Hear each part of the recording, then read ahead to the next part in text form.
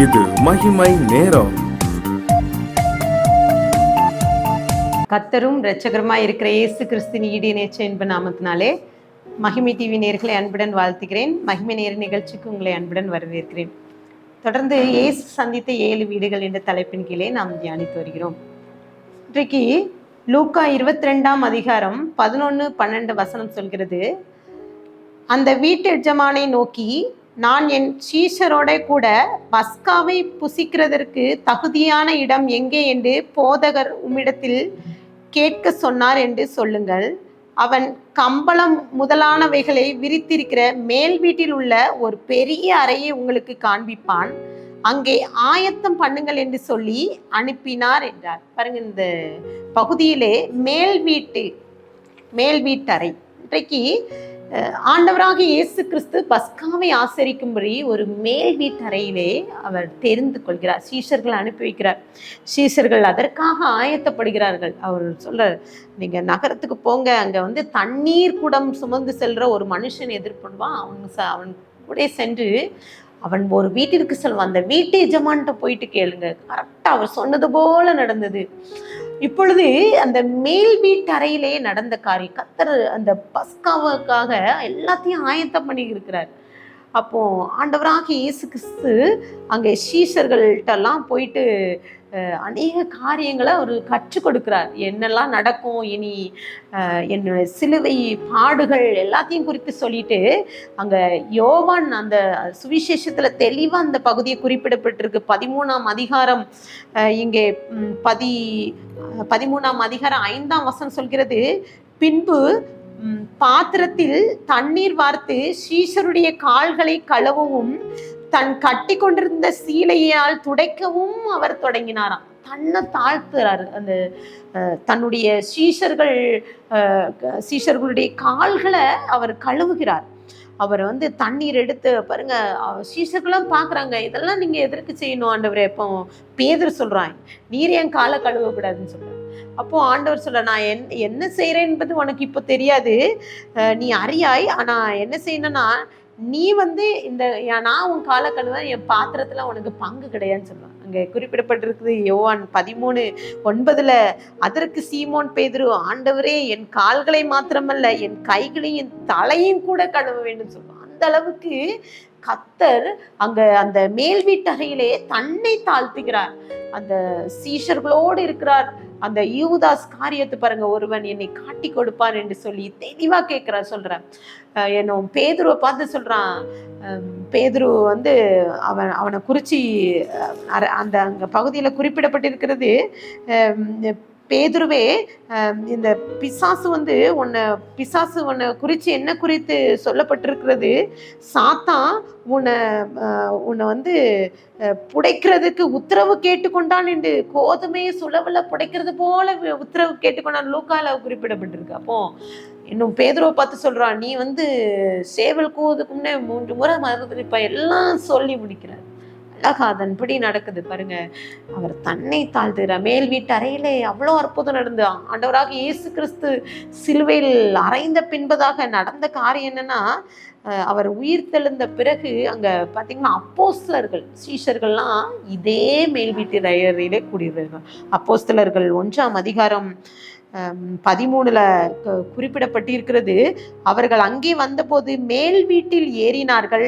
அதில் பேதுருவும் யாக்கோபும் யோவானும் அந்திரேயாவும் பிலிப்பும் தோமாவும் பர்த்துலேமேயும் மத்தேயும் அல்பேயும் குமாரனாகி யாக்கோபும் செலதே என்பட்ட சீமோனும் யாக்கோபின் சகோதரனாகிய யூதாவும் தங்கினார்கள் என்று சொல்லி எங்க குறிப்பிடப்பட்டிருக்கு. அங்க பாத்தீங்கன்னா இயேசுவின் தாயாக மரியாள் அங்க இருக்கிற சீஷர்கள் அவர்கள்லாம் எப்படி இருந்தாங்கன்னா, ஜெபத்தினாலும் வேண்டுதலினாலும் தரித்திருந்தாங்க. அங்க அந்த மேல் வீட்டறையில அவங்க கூடி வரும்போது அந்த பெந்தேகோஸ்தே அனுபவத்தை பெற்றுக்கொள்கிறார்கள். ஆண்டவராக இயேசு கிறிஸ்து பாருங்க தன்னை தாழ்த்துகிறார். அவர்கள் எல்லாம் கூடி ஒரு இடத்துல கூடி வந்த போது அங்க பலத்த காற்றடிக்கிற ஆண்டவராகிய இயேசு கிறிஸ்து அவர்களோடு பேசுகிறார். அவரோடு பாருங்க சீஷர்களுக்கு கற்றுக் கொடுக்கிறார். மேல் வீட்டு அறையிலே தங்கி இருக்கிறார்.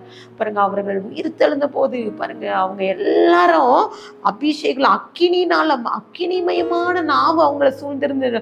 அப்போஸ்தலர் 2 பாத்தீங்கன்னா 3ஆம் வசனம் சொல்லுது, அல்லாமலும் அக்னிமயமான நாவு போல பிரிந்திருக்கும் நாவுகள் அவர்கள் காணப்பட்ட அவர்கள் ஒவ்வொருவரும் மேலும் அமர்ந்தது. அவர்கள் எல்லாரும் பரிசுத்த ஆவியினால் நிரப்பட்டு ஆவியானவர்கள் தங்களுக்கு அருளின வாக்கு வெவ்வேறு பாசையில் பேசினார்கள். அவ்வளோ மேல் வீட்டு அனுபவம். இன்றைக்கு ஆண்டவராகிய இயேசு கிறிஸ்து இந்த மேல் வீட்டின் அனுபவத்தை உங்களுக்கு தர விரும்புகிறார். அப்ப அந்த பெந்தேகோஸ்தே அனுபவம் பாருங்க, அங்கே குறிப்பிடப்பட்டிருக்கு. அவங்க எல்லாம் ஒவ்வொரு வரத்தையும் பெற்றுக்கொண்ட ஆவியானவர் தங்களுக்கு கொடுத்த வரங்களை பெற்றுக்கொண்டார்கள்.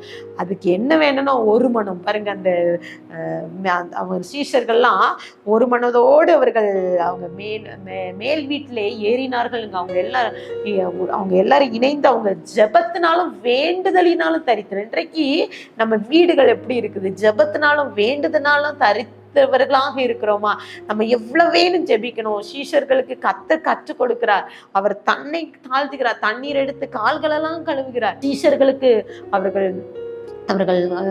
ஆண்டவராகிய இயேசு கிறிஸ்து இந்த உலகத்துல வந்து அவர்கள் ஆண்டவர் எப்படி தன்னை தாழ்த்தி அவர் எப்படிப்பட்ட காரியம் செய்யணும், ஊழியத்துல எப்படி இருக்கணும், அவரை வந்து பரிசுத்த ஆவியானவரை அந்த ஸ்ரீஷர்களுக்கு கொடுத்த அவ்வளவு காரியங்கள் அந்த மேல் வீட்டு அறையிலே நடக்குது. இன்றைக்கு அநேக காரியங்களை நம்ம இந்த வாரத்துல நம்ம தியானித்தோமே. வரிசையாக நம்ம ஆண்டவராக இயேசு கிறிஸ்து சந்தித்த 7 வகையான சென்ற வீடுகள் பாருங்க. நிறைய வீடுகள், 15க்கு அதிகமான வீடுகள் இருக்கு பாருங்க. ஐயோ, நம்ம இன்றைக்கு பேதுரு அந்திரேயா வீடு, பரிசேயன் தலைவன் வீடு, யவ்வீரு வீடு, கானாவூர் கல்யாண வீடு, மார்த்தாள் மரியாள் வீடு, லேவியின் வீடு, இன்னும் மேல் வீடு, சகேவி வீடு, இன்னும் நிறைய வீடுகள் குறிப்பிடப்பட்டு, பரிசேயன் வீடு, பிரதான ஆசிரியர் வீடு, எம்மாவூருக்கு சென்ற சீஷர்களுடைய வீடு, பூட்டி இருந்த வீட்டுக்குள்ள ஆண்டவர் செல்கிறார். சீஷர்கள் ஒளிந்து போயிட்டு பூட்டி இருந்த வீட்டுக்கு போய் சமாதானத்தை தருகிறார். பாருங்க, ஒரு பாடல் இருக்கும், இயேசு வந்த வீட்டிலே சந்தோஷம் சமாதானம் சண்டை இல்லை அப்படின்லாம் நிறைய பாடல்கள்லாம் குறிப்பிடப்பட்டிருக்கு. ஆம் பிரியமானவர்கள், இன்றைக்கு இந்த வார்த்தையை கேட்டுக்கொண்டிருக்கிற உங்க வீட்டுக்குள்ளாக கர்த்தர் வருவார். ஆனால் அவர் உங்க வாழ்க்கையில இதே போல அற்புதத்தை செய்வார். அவர் வீட்டுக்கு வந்தால் அவர் நம்ம வீட்டுல வியாதி மாறும், அவர் சந்தோஷம் கிடைக்கும், நிம்மதி கிடைக்கும், சமாதானத்தை தருகிற தேவன், அவர் சுகத்தை தருகிற சண்டை இருக்காது வீட்டுல. அப்ப அன்றைக்கு இந்த வார்த்தையை கேட்டுக்கொண்டு ஒவ்வொரும் கேளுங்க, ஆண்டவரே எங்க வீட்டுக்கு வாங்க. ஒருவேளை வேதத்துல அநேக வீட்டுக்கு சென்றாங்க, சகேவி வீட்டுக்கு இந்த வீட்டுல ரட்சிப்பு வந்தது. இன்றைக்கு கூட இந்த வார்த்தையை கேட்டுக்கொண்டிருக்கிற நீங்களும் கூட என் வீட்டுல என் கணவர் ரட்சிக்கப்படல, என் பிள்ளைகள் ரட்சிக்கப்படல என்று கூட நீங்க யோசித்து கொண்டிருக்கலாம். ஆண்டவர் இன்றைக்கு உங்க வீட்டுக்கு வந்து அவர் அற்புதத்தை செய்வார். கண்களை மூடி ஜெபிக்கலாமா? கண்பின் பரலோக தகப்பனே, எங்களோடு பேசியிருக்கேங்க இன்றைக்கு. எசப்பா, அப்பா எங்க வீட்டுக்கு வாங்க எசப்பா. எங்களை எசப்பா, எங்க வீட்டுல எசப்பா அநேக காரியங்கள் இருக்கு, தடைகள் இருக்கு, அநேக செயல்கள் இருக்குப்பா. இந்த காரியங்கள்ல இருந்து எங்களுக்கு விடுதலை கொடுங்க சப்பா. எங்களை பாதுகாத்து கொள்ளுங்க சப்பா. ஆமாப்பா, ரட்சிப்பின் சந்தோஷத்தை கொடுங்க. இந்த வார்த்தையை கேட்டுக்கொண்டிருக்கிற ஒவ்வொரு வீட்டுக்குள்ளாக நீங்க செல்லுங்கப்பா. இதோ வாசல் படி நின்று தட்டுக்க ஒருவன் சத்தத்தை கேட்டு திறந்தலாம் வாசம் செய்வேன்னு சொன்னது போல. அப்ப அந்த சத்தத்தை கேட்டு இந்த பிள்ளைகளப்பா உண்மையை சப்பா அழைத்தும் நீங்க வீட்டுக்குள்ள நீங்க தங்க ஜீவிக்க, நாங்க உமக்காக வாழ, உமக்கு சாட்சியா ஜீவிக்க கிருபை தாங்க. துதிகான மகிமை உமக்கு ஏறடிக்கிறோம். மீப்பர் முழுக்கி கிருபிதாவே, ஆமென்.